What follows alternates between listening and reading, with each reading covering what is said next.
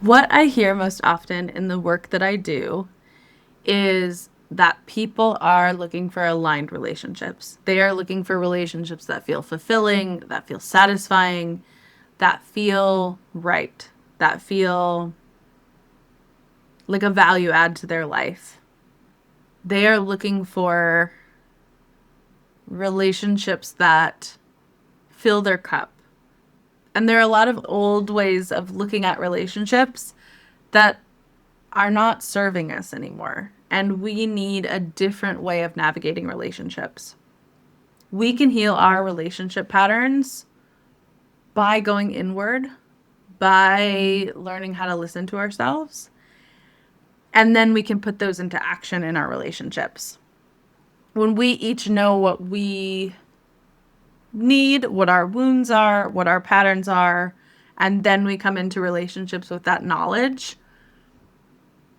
it is very empowering and helps us move to a different place in our relationships.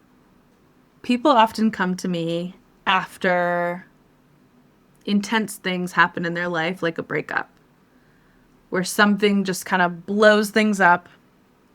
And often coming from, very serious relationships where they were like, I thought this was a person I was going to be with, or this relationship was so significant to my life and now it's over.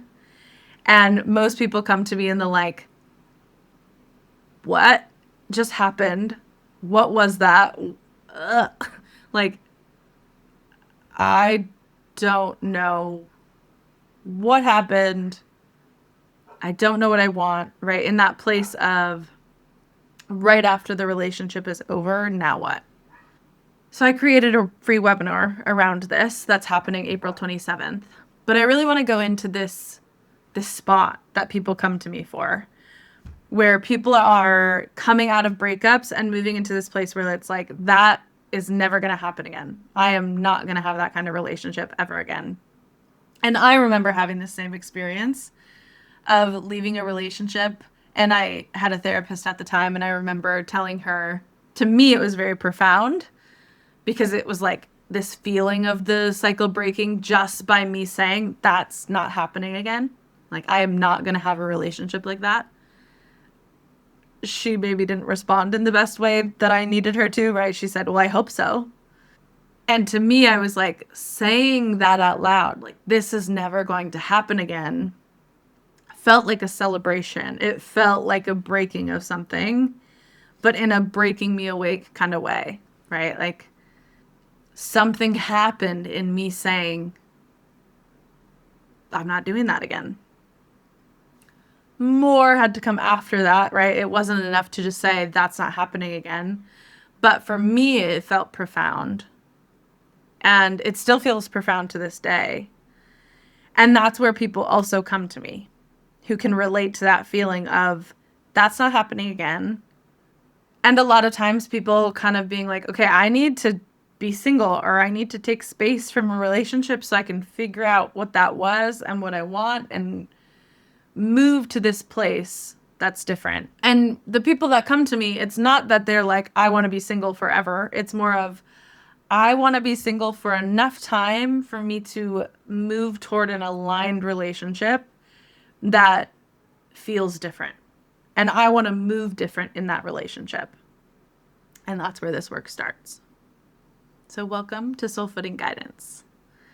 Today, we're going to go into some of the things that I'm going to go through in the webinar of ways we can disrupt these patterns in our lives and how we can kind of go from healing the pattern and not just the pain of the breakup, but really tuning into that almost our higher self saying, this is not happening again. And then what comes after that, what we do, how we move through it. So I think of this process in steps and stages that are maybe all happening at the same time. So needing to do the somatic work of nervous system regulation and kind of the processing, what was that, right? And so a lot of times when you're coming out of a toxic relationship where you're even asking the question, what was that? we're probably needing to move through the somatic aspect of what just happened, right? Where there are times in the relationship or often in the relationship where you were in fight or flight, or if you had a hard time with conflict and you froze up every time that there was a conflict, or you didn't say things you needed to say, there is a lot that your body needs to process from that. So the somatic processing is part of that. Emotional processing, again, what was that? I probably need to grieve. I need to process my emotions around it. If I'm feeling angry, that is a really helpful emotion, right? Anger is telling me either someone crossed my boundary or I needed more of them. And so we're not just moving through the somatics, we're making meaning and making understanding of what happened. And then we're also challenging our negative beliefs, the stories we've been carrying with us from relationship to relationship to relationship. So for a lot of people I work with, that's things like, I'm not good enough, I'm not lovable, I'm not worthy. And because those beliefs are under there, they did a lot of hustly things to try to prove that they were lovable or worthy or whatever it might be. And that often looked like overriding their own authority or staying small or holding on to the relationship to prove that they were lovable and then feeling less and less so as they went. So that's all of the kind of how to process what happened. And then there's also the other layer of what was my role, right? Because a lot of times when we have a bad relationship and a breakup, and then we go into another relationship and it looks kind of the same as that one, maybe it's an up level a little bit, or maybe it's the same patterns repeating. It's usually because we didn't ask ourselves, what was my role in that? If you didn't set boundaries, or if you didn't say the thing you needed to say, owning it doesn't mean being hard on yourself about it, right? It means, okay, this is part of the pattern that needs to change in the future. Another thing is our core wounding. Like, we all have a core wound. Mine is denial, right? So I have this common pattern of denying going inward, denying that there's a problem, denying how I feel about something, or even denying responsibility in something, right? Well, if this person wouldn't have done that, then I wouldn't have had to say that. You know, that kind of thing. So each of us knowing our core wound makes a huge difference. And there's 6 different ones. And that part's big about understanding our patterns. And then there's another piece where in human design language of understanding what our strategy, authority, what our type is, like those 3 nuggets of information are huge because most of the time in relationship dynamics that are toxic or don't work well, people lose sight of who they're meant to be and how they're meant to make decisions, right? So a lot of people are overriding their authority. Their authority is telling them, I don't want this anymore. I don't like this anymore. But maybe they're waiting for like a big blow up in order to walk away. Like they need something bad to happen in order to give themselves permission to walk away. So we're going into our human design chart, especially specific places, and we're going into the gene keys in specific places. And we are taking ownership and also learning how to strengthen those skills, learning how to not go off of our authority for anyone. Because that is how we find aligned partners, aligned relationships, right? When we can stand firm in who we are, we meet someone who wants us to, right? Who actually knows that they benefit from us being fully us and they're not trying to change that, right? And if we do find someone who's trying to change that, that we know in ourselves, that's not how I get aligned relationships. I don't get aligned relationships by trying to be different than I am.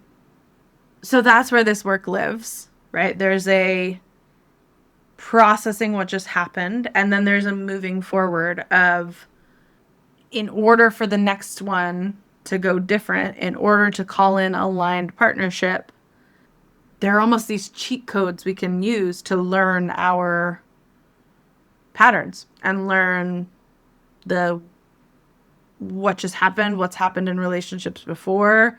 This is also sometimes where it goes deep, where it's like, okay, like in my experience, after I had a huge breakup, part of what I was healing was my grandmother's relationship patterns. And, she died when I was 5 years old. I knew her like a 5 year old knows their grandmother.